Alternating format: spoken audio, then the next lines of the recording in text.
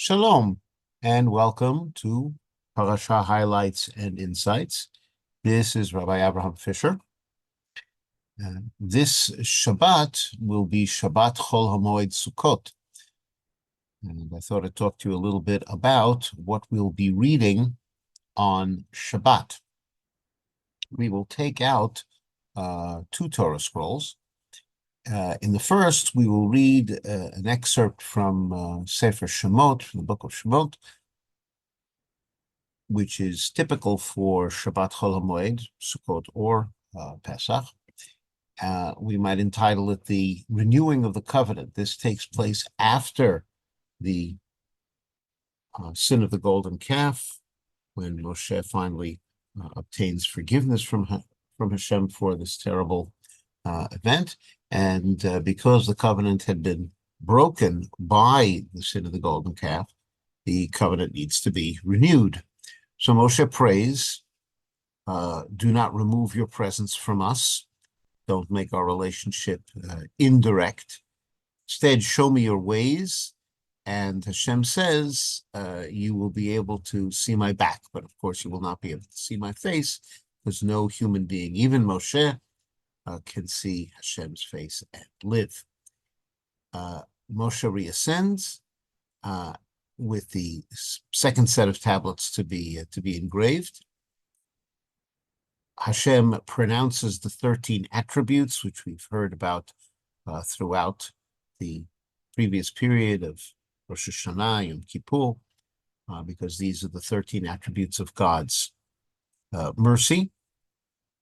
And what follows is a renewal of the covenant, and it's essentially a repeat of many of the mitzvot from before the sin of the golden calf that we learned about in Parshat Mishpatim. The reason why this will be, why this is relevant to Chol HaMoed Sukkot will be clear very soon. So in the repeat of the covenant, Hashem goes over the importance of renouncing every form of idolatry, and then the Torah repeats the importance of the pilgrimage festivals. So there we have it, Pesach, Shavuot, and Sukkot, and each one of those is a celebration, among other things, of agricultural events. Pesach is the time of the harvest of the early ripening grain, Shavuot of the later ripening grain, and Sukkot of the ingathering of all the other fruits that became ready to be picked during the course of the summer, but which could stay out in the field until Sukkot time.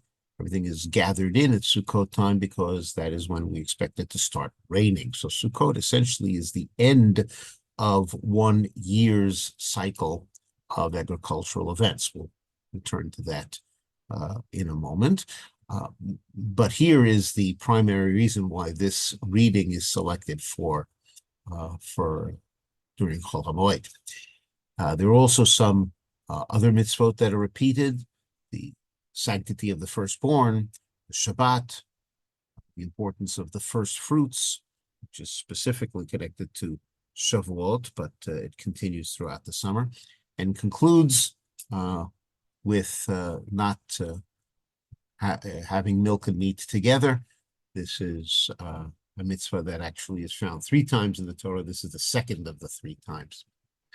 The second reading, in other words, of the second Torah scroll, it focuses on the sacrifices for the 5th day of Chol HaMoed, because that's what Shabbat will be, and that's from Bamidbar, chapter 29. And the Haftarah, the additional reading from the prophets, is from the book of Yechezkel, chapter 38, the war of Gog and Magog, because Sukkot, among other things, is messianic. It really projects what the messianic future will be like, and the war of Gog and Magog is part of the unfolding of those events. There's also a widespread minhag on Shabbat Chol HaMoed Sukkot to read the scroll called Kohelet, sometimes translated as Ecclesiastes. It is associated with, it's attributed to Shlomo HaMelech. It's attributed to Shlomo HaMelech's older age, when he has become more sober and has realized the lessons of a life that has been lived. And Kohelet seems at first kind of out of sync with the joy of Sukkot. So might even want to suggest that it's the purpose of it is to kind of dampen our simcha, not to go overboard. But on that subject of simcha, in Kohelet, who talks about various approaches that he's tried in the course of his life to find out what's the best way to spend one's life. So in one point, he says, he talks about simcha. He says, "Mazo osa." What does it do, or what good is it? In another place, he says that simcha is a good thing. That the best way a person can spend his time is just, eat and drink and enjoy himself, just enjoy the wealth, which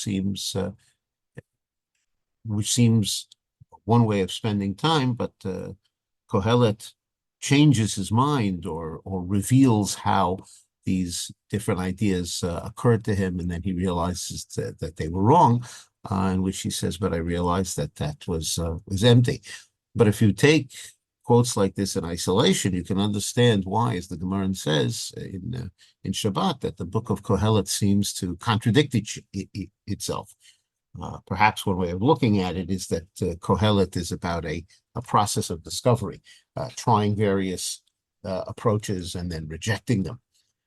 But on the subject of this contradiction between the two verses that I referred to, on the subject of Simcha, so the Gemara in Shabbat, of Lamed Amud Bet, reconciles them, says that there are two different kinds of Simcha.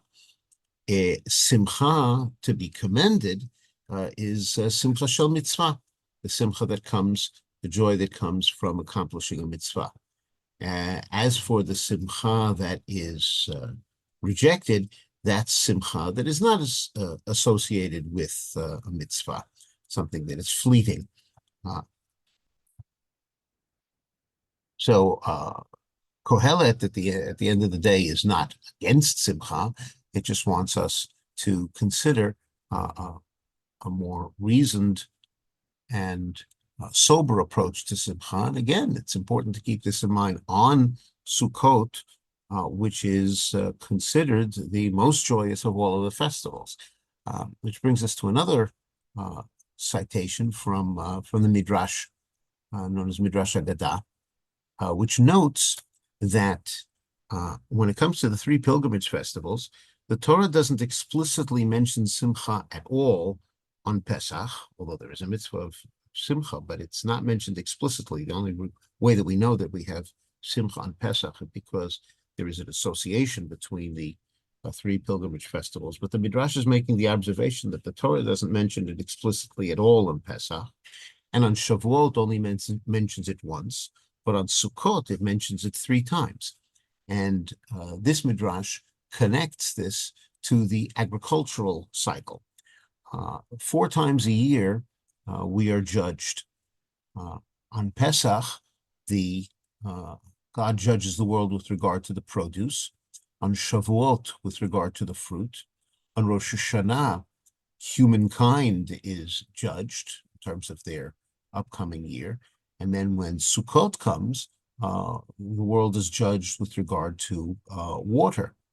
So when one comes to Pesach, of course, there's something to be joyful for, the earliest harvest, but there's still what we might call anxiety at the upcoming events. Who knows what will happen with regard to the other agricultural events.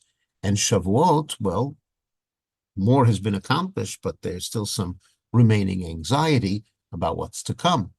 Once Sukkot comes, and we have come to the full agricultural cycle, and we can see all of the produce. And we could also add to this not only the produce, not only in the agricultural sense, but also in the spiritual sense, what we've accomplished during the course of this entire cycle that began at Pesach.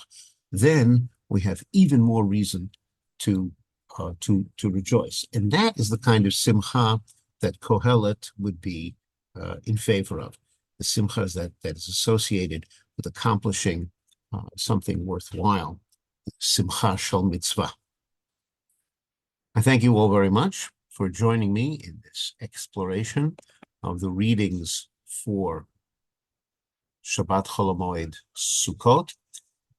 Thank you all for joining me. This has been Rabbi Abraham Fischer for Parsha Highlights and Insights, saying Shalom.